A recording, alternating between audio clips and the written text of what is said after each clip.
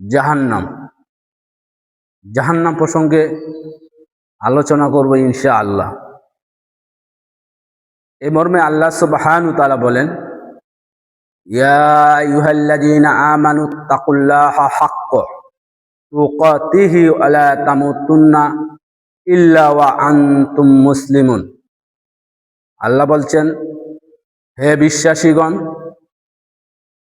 তোমরা আল্লাহকে ভয় করো যথাযথভাবে, মুসলিম না হয়ে কোনো অবস্থায় মৃত্যুবরণ করিও না। আল্লাহ সুবহানাহু ওয়া তাআলা তিনি বলছেন যে, হে বিশ্বাসীগণ, যারা আমরা আল্লাহকে না দেখে বিশ্বাস করেছি যে তিনি আমাদের রব, আমরা জান্নাত জাহান্নাম না দেখে বিশ্বাস করেছি, পৃথিবীর সকল নবীগণকে না দেখে আমরা বিশ্বাস করেছি, এজন্য আমরা বিশ্বাসীগণ। আল্লাহ বলছেন, হে বিশ্বাসীগণ, তোমরা আল্লাহকে যথাযথ ভয় করো। যখন আমি একা থাকি তখন আল্লাহকে ভয় করতে হবে যে আমি এখন একা রয়েছি, কেউ আমাকে দেখে না। আমি যদি এখন পাপ করি কেউ আমাকে দেখবে না।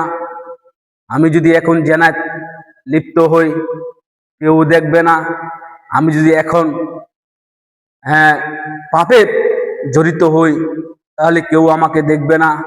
কিন্তু আমি তখন আমাকে মনে করতে হবে যে আল্লাহ আমাকে দেখছেন, অতএব এই অন্যায় করা যাবে না। পাপ করার যখন সুযোগ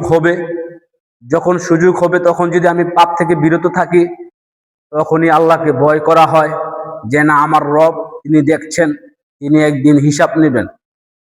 যখন আমি একা অন্ধকারে থাকি তখনও আল্লাহকে ভয় করতে হবে, যখন আমি আলোর মধ্যে থাকি তখনও আমাকে ভয় করতে হবে, যখন আমি একা থাকি তখনও ভয় করতে হবে, যখন আমি মানুষ সমাজে থাকি তখনও আল্লাহকে ভয় করতে হবে। আল্লাহকে সর্ব জায়গায়, সর্বক্ষণ, সর্ব অবস্থায় আল্লাহকে ভয় করতে হবে। এরই নাম হচ্ছে ভয় করা। যখনই আমি পাপ করতে যাব তখনই আমাকে স্মরণ করতে হবে যে আমার রব আমাকে দেখছেন, আমার একদিন হিসাব নেবেন, অতএব আমি এই পাপ করতে পারবো না। তখন অন্তরের সাথে আমাকে যুদ্ধ করতে হবে। আল্লাহ বলছেন, তোমরা মুসলিম না হয়ে কোনো অবস্থায় কবরে আইসো না, মৃত্যুবরণ করিও না। মুসলিম না হয়ে যদি মৃত্যুবরণ করি তাহলে কি অবস্থা হবে তার?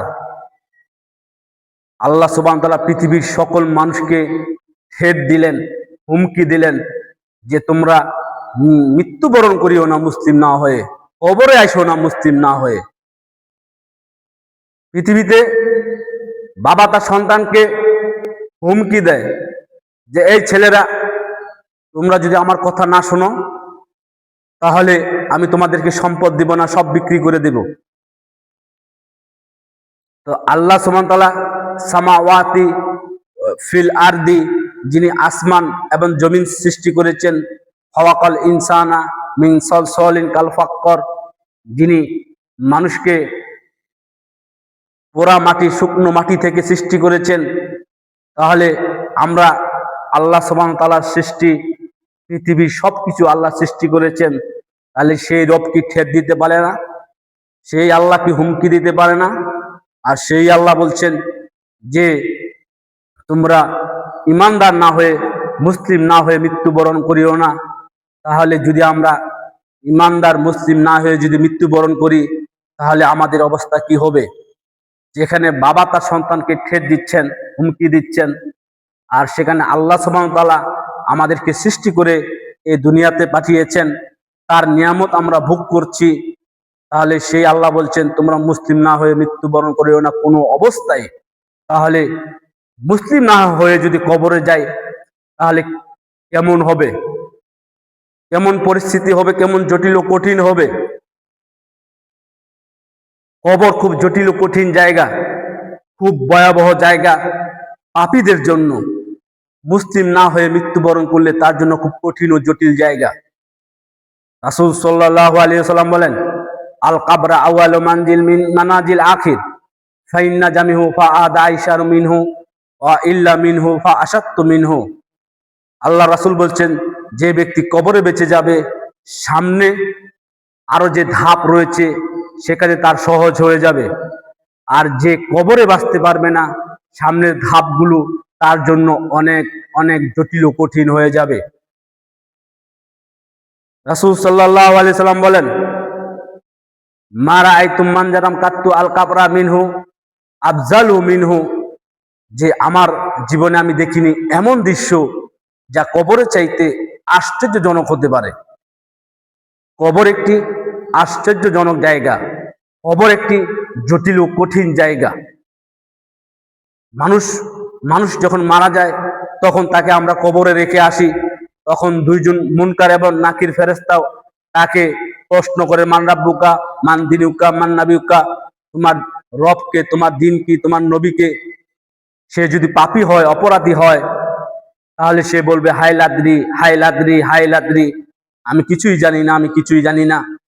তখন আযাবের ফেরেশতা আসবে, খুব ভয়াবহ ফেরেশতা, তার চেহারা খুবই বিকৃত হবে। সেই কবরে সে লোক তাকে দেখে খুব ভয় পাবে, আতঙ্কিত হয়ে যাবে। সে একটা বিশাল বড় লোহার হামার নিয়ে আসবে, সুম্মুন বুকমুন উময়ুন, যে সে হবে অন্ধ, সে হবে বধির, সে কানে শুনবে না, চোখে দেখবে না, কথা বলতে পারবে না। সে এমন ভাবে মারবে, মায়ের চোটে সে ব্যক্তি বলবে ওয়াইসি হুন সাইহাতান ওয়াইসি হুন সাইহাতান, সে মারে বাপরে করে চিৎকার করবে, সে মারে বাপরে করে চিৎকার করবে, ওয়াইসি হুন সাইহাতান করে সে চিৎকার করবে। ইয়াসমাউন মা বাইনা মাশরিকি ওয়াল মাগরিব ইল্লা সাকালাইন, বিশাল এই পৃথিবীর কীট পতঙ্গ, জীব জন্তু, পদার্থ, জড় পদার্থ, সমস্ত কিছু কবরের আযাব শুনতে পায়, শুধু মানুষ আর জিন কবরের আযাব শুনতে পায় না। পৃথিবীর সবকিছু কবরের আযাব শুনতে পায়, শুধু মানুষ আর জিন কবরের আযাব শুনতে পায় না। তাহলে কবর খুব জটিল ও কঠিন জায়গা, যদি মুসলিম হয়ে হয়ে না মারা যায়। এরপর বিচারের মাঠ। বিচারের মাঠ কবর চাইতে বিচারের মাঠ আরো অনেক অনেক জটিল ও কঠিন জায়গা। কবর যত জটিল ও কঠিন, তার চাইতে বিচারের মাঠ অনেক অনেক বেশি কঠিন। আয়েশা রাদিয়াল্লাহু আনহা বলেন, রাসূল সাল্লাল্লাহু আলাইহি ওয়াসাল্লাম বলেছেন, ইউসুনাস ইয়াউমাল কিয়ামা হুফাতান হুরাতান বুরলান, বিচারের মাঠে নারী পুরুষ খালি পায়ে নগ্ন অবস্থায় খাতনাবিহীন একত্রিত হয়ে থাকবে। আয়েশা রাদিয়াল্লাহু আনহা বলেন, আল্লাহর নবী, আর রেজালু জামিউ ইনজু বাজুলু বাজিন, বিচারের মাঠে নারী পুরুষ নগ্ন হয়ে থাকবে, তাহলে কি তারা একজন আরেকজনের দিকে লক্ষ্য করবে না? আল্লাহর রাসূল বলেন, আয়েশা, আল আমরা আসাত্তু মিন জালিক মা ইনজুরা বিন বাজিন, আয়েশা, সেই দিন বিচারের মাঠ অনেক জটিল ও কঠিন হবে, যে মানুষ একজন আরেকজনের দিকে লক্ষ্য করবে, এই হুঁশ জ্ঞান সেই দিন মানুষের থাকবে না।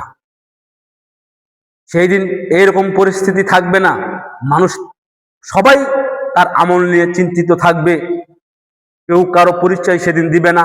মা তার সন্তানের পরিচয় দিবে না, স্বামী তার স্ত্রীর পরিচয় দিবে না, স্ত্রী তার স্বামীর পরিচয় দিবে না, ভাই তার ভাইয়ের পরিচয় দিবে না। সবাই সেই দিন খুব পেরেশানির মধ্যে থাকবে। আমার আমলনামা বাম দিক থেকে আসবে না ডান দিক থেকে আসবে, আমি জান্নাতি হব না জাহান্নামী হব। হ্যাঁ, দুনিয়াতে একজন নারী সন্তান জন্ম দেওয়া খুব কষ্টজনক কাজ।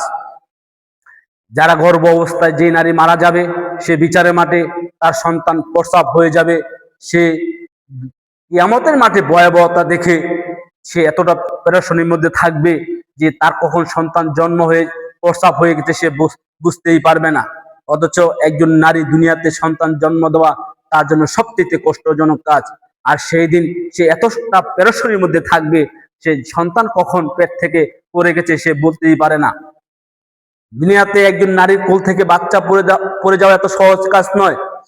আর সেই নারী কিয়ামতের মাঠে নারীর কোল থেকে বাচ্চা পড়ে যাবে, সে টের পাবে না। তাহলে বিচারের মাঠ কত জটিল ও কঠিন হবে। আর এই বিচারের মাঠ যত জটিল ও কঠিন হবে, জাহান্নাম তার চাইতে অনেক অনেক বেশি জটিল ও কঠিন হবে। মহান আল্লাহ বলেন, আল কোরিয়া মহাপল্লয়, মাল কোরিয়া মহাপল্লয় কি? অমাদ্র কামাল কোরিয়া, হে নবী তুমি কি বলতে পারো মহাপল্লয় কি?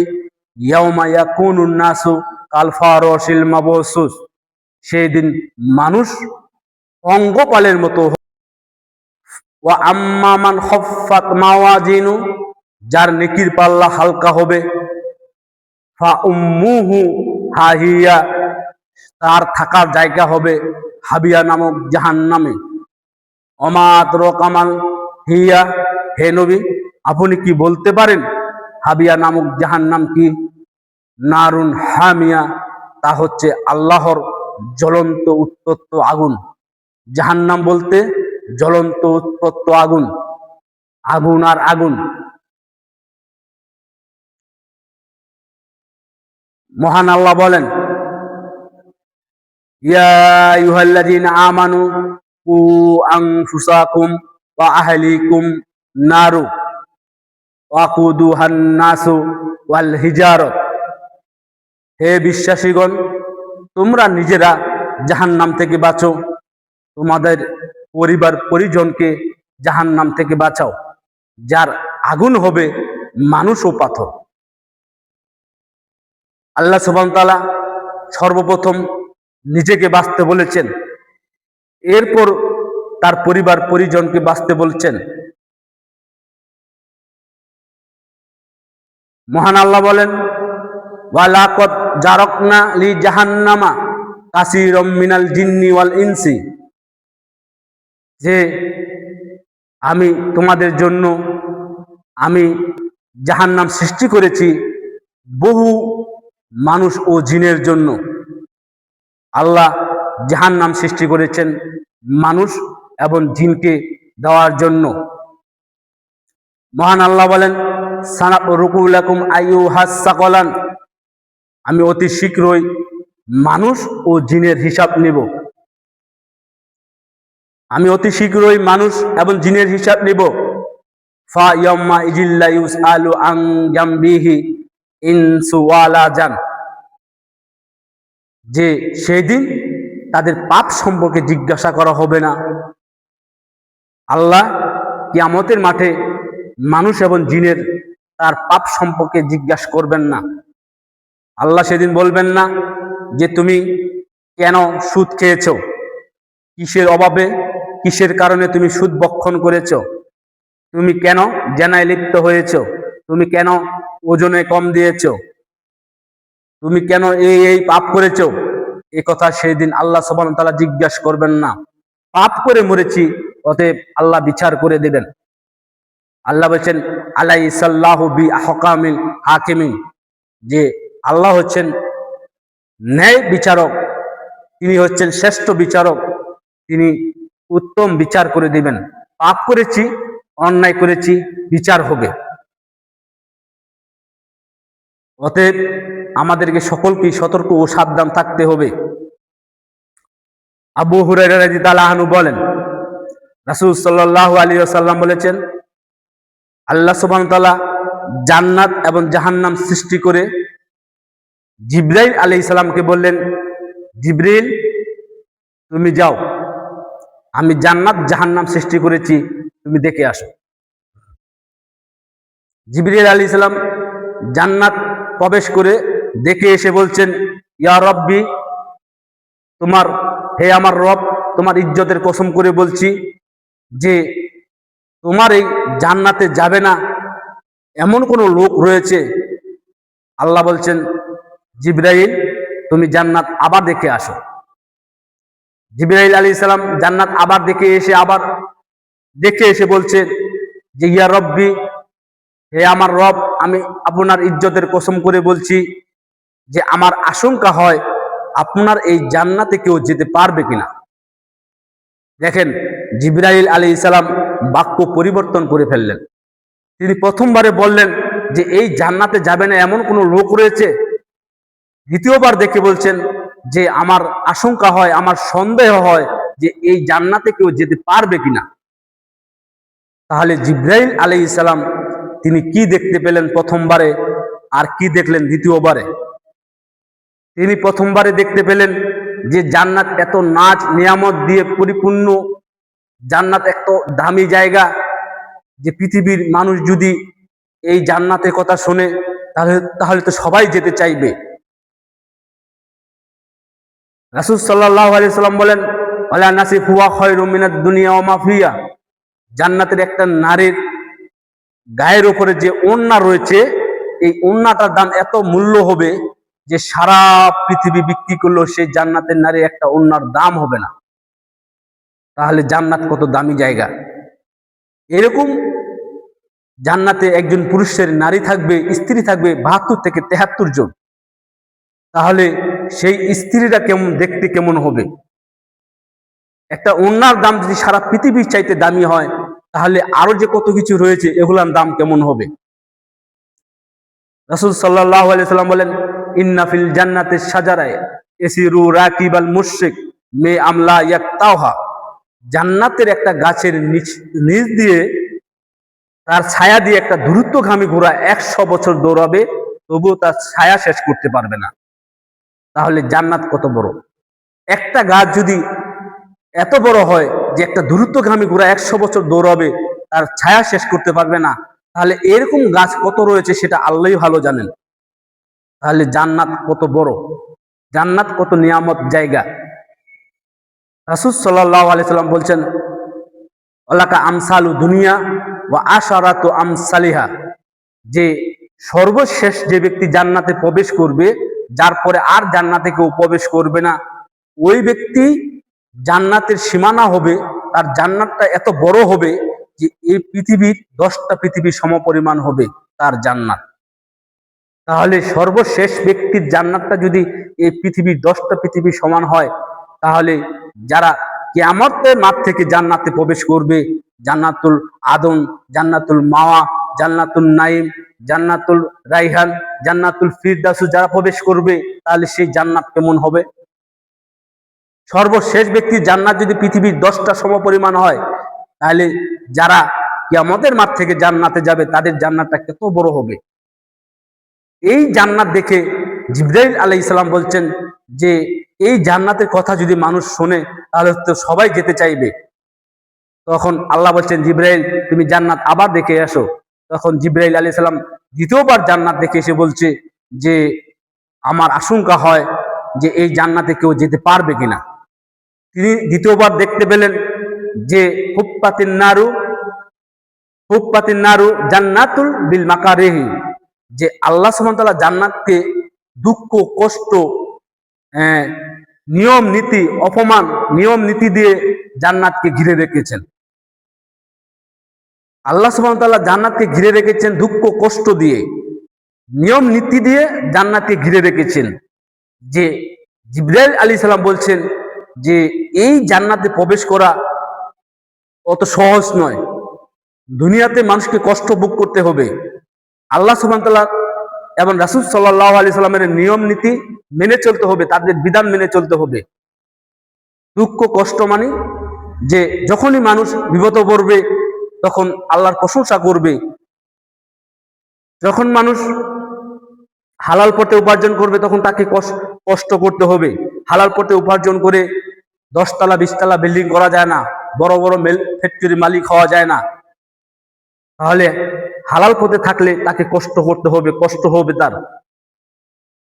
আর এর বিনিময় রয়েছে এই নিয়ামত জান্নাত। নিয়ম নীতি মেনে চলতে হবে, নিয়মের উপরে থাকতে হবে। যখন আমি খাবো, কোনো কিছু খাবো, তখন আমাকে দেখতে হবে এই খাবারটা হালাল কিনা। যখন আমি ব্যবসা করব, যখন আমি চাকরি করব, যে এই চাকরিটা আমার জন্য বৈধ কিনা, এই পণ্যটা, এই ব্যবসাটা আমার জন্য বৈধ কিনা। সর্বক্ষণ সে নিয়মের ভিতরে থাকবে কোরআন এবং হাদিসের। তাহলে কোরআন এবং হাদিস মেনে চলতে গেলে দুনিয়াতে কষ্ট ভোগ করতে হবে। শীতের দিন অজু করতে কষ্ট লাগে, এরপর 5 ওয়াক্ত সিয়াম নামাজ পড়তে কষ্ট লাগে, রমজানের সিয়াম পালন করতে কষ্ট লাগে, নফল সিয়াম পালন করতে কষ্ট লাগে, রাতে গভীর রাতে উঠে 2 রাকাত সালাত অথবা তাহাজ্জুদ সালাত আদায় করতে কষ্ট লাগে, এরপর জিকির আজকার করতে কষ্ট লাগে, তাহলে আমল করতেও কষ্ট লাগে, ইবাদত করতেও কষ্ট হয়। তাহলে এই কষ্ট করাটা, এই ধৈর্য ধারণ সবাই করতে পারবে না। তো এটা দেখে জিবরাইল আলাইহিস সালাম বলছেন যে আমার আশঙ্কা হয় তোমার এই জান্নাতে কেউ যেতে পারবে কিনা। জান্নাত আল্লাহ সুবহানাহু ওয়া তাআলা এমনি কাউকে দিয়ে দেবেন না। জান্নাত পেতে হলে কষ্ট করতে হবে। আল্লাহর কাছ থেকে জান্নাত নিতে হলে আল্লাহকে আমাকে কিছু দিতে হবে। দুনিয়াতে মানুষ কাজ করলে টাকা পায়, চাকরি করলে কোম্পানি বেতন দেয়, আর না করলে তাকে কেউ বেতন দিবে না, কেউ টাকা দেবে না। তো আল্লাহর কাজ যদি আমি না করি তাহলে আল্লাহর কাছ থেকে আমি জান্নাত নিতে পারবো না। দুনিয়াতেই আমি কাজ না করলে টাকা পাই না, তাহলে আল্লাহ এত বড় জান্নাত, এত নিয়ামত জান্নাত, সেই জান্নাত আমি এমনি এমনি আমাকে আল্লাহ দেবেন না। আল্লাহ সুবহানাহু ওয়া তাআলার কাজ করতে হবে, আমাকে কর্মও করতে হবে, এর পাশাপাশি আল্লাহর ফরজ বিধানকে মেনে চলতে হবে, আল্লাহ সুবহানাহু ওয়া তাআলার কাজ করতে হবে, তার নিয়ম নীতির ভিতরে আমার থাকতে হবে। এরপর আল্লাহ সুবহানাহু ওয়া তাআলা জিবরাইল আলাইহিস সালামকে বললেন, জিবরাইল আমি জাহান্নাম তৈরি করেছি, সৃষ্টি করেছি, তুমি জাহান্নাম দেখে আসো। জিবরাইল আলাইহিস সালাম জাহান্নাম দেখে এসে বলছে যে ইয়া রব্বি, হে আমার আল্লাহ, তোমার ইজ্জতের কসম করে বলছি যে তোমার এই জাহান্নামে কেউ যাবে কিনা, আমার আশঙ্কা হয়, সন্দেহ হয় যে তোমার এই জাহান্নামে কেউ যাবে কিনা। আল্লাহ বলছেন জিবরাইল তুমি জাহান্নাম আবার দেখে আসো। জিবরাইল আবার জাহান্নামে যায়, গিয়ে দেখে এসে বলছেন যে ইয়া রব্বি, হে আমার রব, তোমার ইজ্জতের কসম করে বলছি যে আমার আশঙ্কা হয়, আমার সন্দেহ হয় যে তোমার এই জাহান্নাম থেকে কেউ বাঁচতে পারবে কিনা। তিনি প্রথমবারে বলছেন যে তোমার এই জাহান্নামে কেউ যাবে কিনা, দ্বিতীয়বার বললেন এই জাহান্নামে থেকে বাঁচতে পারবে কিনা কেউ। তাহলে জিবরাইল আলাইহিস সালাম বাক্য পরিবর্তন করে ফেললেন। তাহলে তিনি কি দেখলেন প্রথমবারে, আর কি দেখলেন দ্বিতীয়বারে? জিবরাইল আলাইহিস সালাম প্রথমবারে দেখতে পেলেন যে জাহান্নাম এত কষ্টের জায়গা, জাহান্নাম আগুন, একদিকের আগুন জাহান্নামকে আরেক দিকে অংশকে খাচ্ছে, যে জাহান্নাম এত কষ্ট কঠিন জায়গা, যে এই জাহান্নামের কথা যদি মানুষ শোনে তাহলে এই জাহান্নামে কেউ যেতে চাইবে না। দ্বিতীয়বারে তিনি দেখলেন যে জাহান্নাম হুফফাতিন নারু বিশাওয়াতি, যে জাহান্নামকে আল্লাহ সুবহানাহু ওয়া তাআলা ঘিরে রেখেছেন, চতুর্দিকে জাহান্নামকে ঘিরে রেখেছেন অনিয়মিত ধারা, প্রবৃত্তি তাড়না দিয়ে, দুনিয়ার ভোগ বিলাসিতা দিয়ে জাহান্নামকে ঘিরে রাখা হয়েছে। যে এই ভোগ বিলাসিতা থেকে মানুষ বাঁচতে পারবে, মানুষ পারবে কি, এটা জিবরাইল আলাইহিস সালামের আশঙ্কা ছিল যে জাহান্নামকে যেভাবে ঘিরে রাখা হয়েছে দুনিয়ার তাড়না দিয়ে, প্রবৃত্তির তাড়না দিয়ে, যে একজন মানুষ নিজের ইচ্ছা মতন চলবে, যখন যা খুশি তাই করবে, আনন্দ উল্লাসে মেতে থাকবে, সেই ব্যক্তি জাহান্নামে যাবে। জাহান্নামকে অনিয়মিত ধারা ঘিরে রাখা হয়েছে। যে ব্যক্তি নিয়ম ছাড়া চলবে, যে সে মৃত্যুকে স্মরণ করবে না, আল্লাহকে স্মরণ করবে না, সে সবসময় আনন্দ উল্লাসে মেতে থাকার চেষ্টা করবে এবং সে তার যখন যেটা মন চায় তাই করবে, এর নাম হলো অনিয়মিত ধারা। সে অনিয়মিত ভাবে থাকবে, আল্লাহ এবং রাসূলের বিধান মেনে চলবে না, তারাই জাহান্নামে প্রবেশ করবে। তাহলে নিয়ম নীতি মেনে চলা আর দুনিয়ার ভোগ বিলাসী থেকে বেঁচে থাকা অত সহজ কাজ নয়, এটা খুব কঠিন কাজ। ঈমানকে অনেক মজবুত ও শক্ত করতে হবে, জাহান্নামের প্রতি আমাকে স্মরণ করতে হবে এবং জান্নাতের প্রতি আমাকে আকৃষ্ট হতে হবে, তাহলে নিজের ঈমানকে ধরে রাখা যাবে। যে কুল্লু নাফসিন যায়িকাতুল মউত, যে কোনো মূল্যে আমাকে মৃত্যুর স্বাদ গ্রহণ করতে হবে, আর আমাকে আল্লাহ সুবহানাহু ওয়া তাআলার কাছে হিসাব দিতে হবে। সানাত রুকুলাকুম আইয়ুহাস সাকালান, আল্লাহ বলেন আমি অতি শীঘ্রই তোমাদের মানুষ এবং জিনের হিসাব নিব। তাহলে আমাকে হিসাবের সম্মুখীন হতে হবে, আমাকে একদিন হিসাব দিতে হবে। এটা আমাকে স্মরণ রাখতে হবে। আর মৃত্যুকে সবসময় স্মরণ রাখলে তার জীবনটাকে সে সুন্দরভাবে সাজিয়ে রাখতে পারবে। সবসময় নিজেকে মুসাফির বলে মনে করতে হবে, যে আমি এখন মুসাফির মানুষ, যে আমি এত ভারী ঘর করে এত টাকা পয়সা দিয়ে কি করব, আমাকে তো মরে যেতে হবে। অতএব আমি আমার জীবনটাকে পরকালমুখী করে রাখি। এই বুঝ যখন মানুষ নিজেকে সবসময় স্মরণ রাখবে, তখন মানুষ নিজেকে পরিবর্তন